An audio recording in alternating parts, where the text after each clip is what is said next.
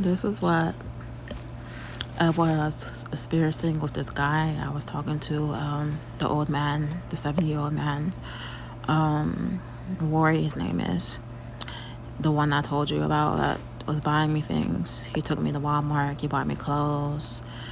He bought me like all this stuff at Walmart. He bought me food, fast food. He bought me a bottle of wines. He bought me like a few like mini items, like, but he was like wanting something out of me, like sex. Like after he bought the clothes and stuff, he was like, what are you gonna give me for doing all that? I'm like, what are you talking about?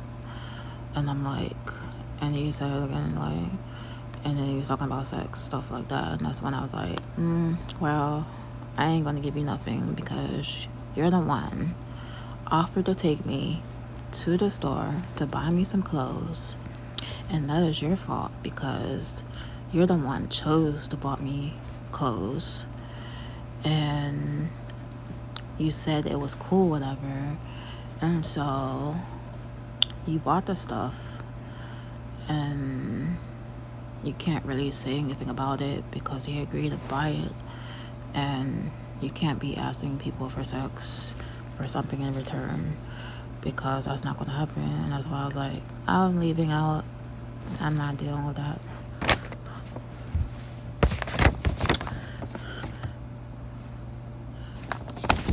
This one's called avoiding sexual coercion. What is sexual coercion? Is being persuaded to have sex when you don't really want to.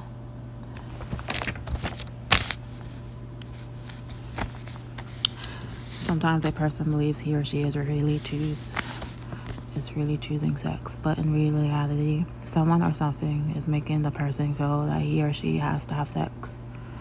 Like he was making me feel like I had to have sex because he bought me something, or that sex is the right person of choice. And this often happens in the balanced relationships. Those are relationships where there is unequal power. For example, one person always gives and the other always takes.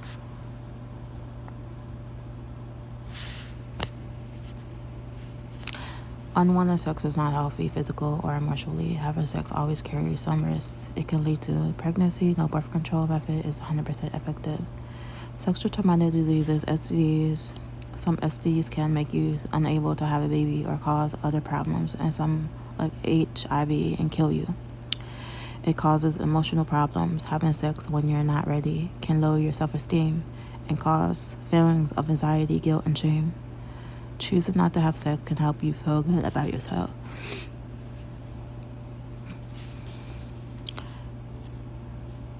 Sexual coercion can happen to anyone at any age. Recognize sexual coercion. It can take many forms, including pressure. The person may say that everybody's doing it. Sex is the way to prove love. You had sex before, so you can say no now. None of these are true. Threats. The person may threaten to hurt or leave you if you won't have sex, and you may feel afraid to say no. Other forms of sexual coercion include giving compliments that sound extreme or insecure, put downs or guilt trips, buying gifts or spending money to make you feel you owe sex. Remember, you never owe anyone sex. Like, he should have done that stuff out of his heart, knowing my situation, being on the streets. I'm homeless, girl on the streets, don't have nobody. I'm homeless, struggling out here, and you're trying to take advantage of somebody, trying to get sex out of them. That shows what type of person he is, you know? And then he calls himself helping you out, but he has like a little agenda on top of his head.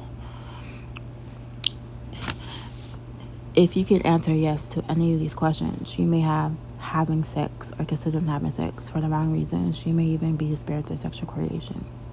Do you feel pressured from your partner, date, or friends?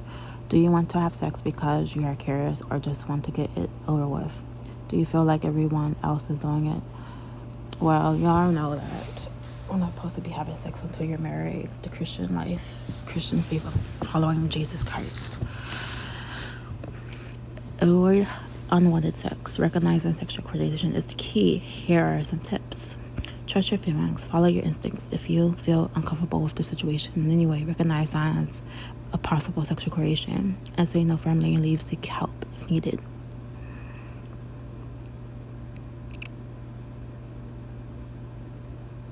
And this is the thing to avoid alcohol and other drugs. Harm judgment.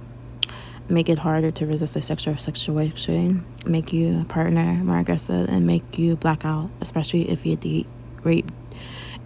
If you black out, make you black out, especially if a date rape drug is slipped into your drink. If you have concerns about your relationship or a situation you've been in, talk to a trusted friend or adult, such as a parent or other family member or a teacher. Talk to a professional, such as a school counselor, a nurse, or a health care provider, or look in the yellow pages under mental health services. Call the Rape Abuse Incest National Network. Ring at 1-800-656-HOPE. That's 1-800-656-4673. And look for the other hotlines or crisis numbers in the front of your phone book. Protect your health and well-being. Recognize and resist sexual coordination. Just reading them.